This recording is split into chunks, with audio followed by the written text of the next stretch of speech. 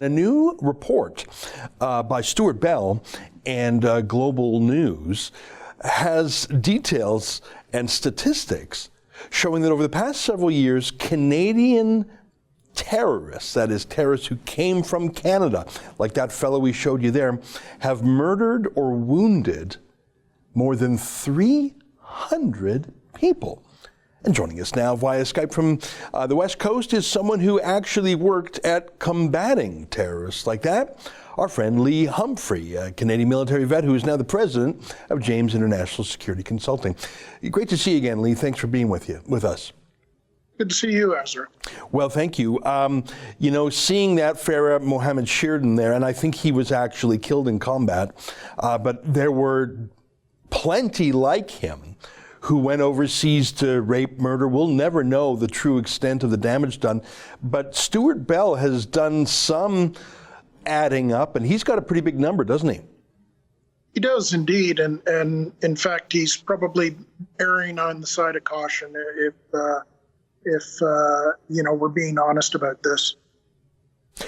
Now, the statistics from Global News, and I give them credit because these days, it's all in vogue to talk about the risk of the alt-right or white nationalists, and I'm not saying that doesn't exist at all. But Chrystia Freeland the other day announced, our foreign minister announced, that the greatest threat in the world, she said, was neo-Nazis and Islamophobia. She said that. But according to Stuart Bell, Canadian-based terrorists murdered 127 people and wounded 195. So that is more than 300.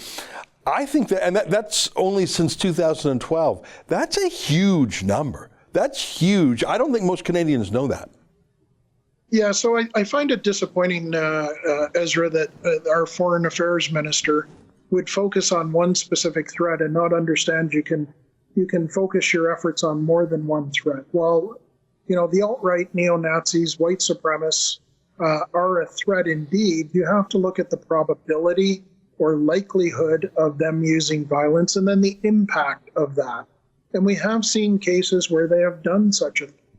But at the same time, the results of Islamic terrorism around the world perpetrated by Canadians and others at home and abroad are far, far higher. They're far more likely, and the impact is far more deadly. We're talking about large numbers of Canadians, some born in Canada, some who have immigrated to Canada and then left again to perpetrate terrorism around the world. And we can't ignore that or pretend it doesn't exist. Yeah. And the organization, we just saw a fellow there who was on a tank, I think. So, the geography, the military hardware, the collaboration, and the underlying ideological justification and the moral support. I mean, ISIS was not it was criminal, it was terrorist, but it also had the blessing of its own religious leaders. Now, we can say whether or not that represents the true Islam, but they had, their leader, al-Baghdadi, was a PhD in Islamic studies. So they felt that they were doing things with the blessing of a leader. I wonder how many of these terrorists who've gone abroad and failed, because the Islamic State has basically been smashed over there, how many of them are going to come back to Canada and try and pick up their terrorist project here now?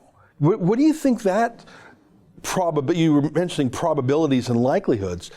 Of all the cases Stuart Bell studied, only 55 of them that we know of was the terrorist himself killed. So we have hundreds of cases of Canadian terrorists murders where the terrorists themselves are still alive. They might be trying to come back to Canada. Absolutely. While the caliphate has been smashed as a physical caliphate, the ideology hasn't changed. We've seen Canadians that have gone abroad to work with Hezbollah, to work with Al-Qaeda, to work with ISIS, to work with Al-Shabaab, all Islamic terrorists, but with slight variations on their interpretation of Islam. at the end of the day, their ideology doesn't change when they come home to Canada.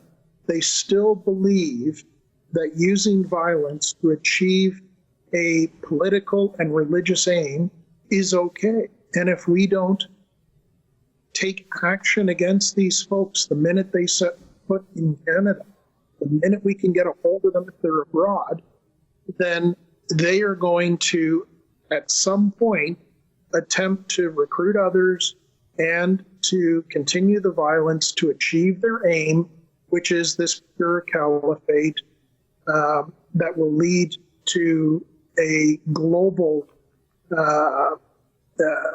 dominance of Islam against all non-believers. That's an excerpt from the Ezra Levant show. Every day I do a video monologue and then I interview an interesting guest, and then I end by reading my hate mail. But you've got to subscribe to it, which you can do at therebel.media/shows.